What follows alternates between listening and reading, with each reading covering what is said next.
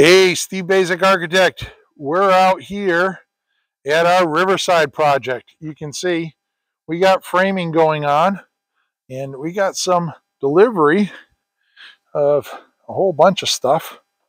You can see here we're using engineered studs throughout. So these are all the interior partitions. You can see there's some 2x6 material, a bunch of 2x4 material. So all coming your way. We got some bigger 2x12s, 2x10s. That's all of our roof material. You can see, good tip for contractors. We have the slab in here. Howell Construction, being the great builders they are, that's floor protection on the concrete slab to ensure that the homeowner is getting that perfect slab that they purchased. And then we got our friends over here.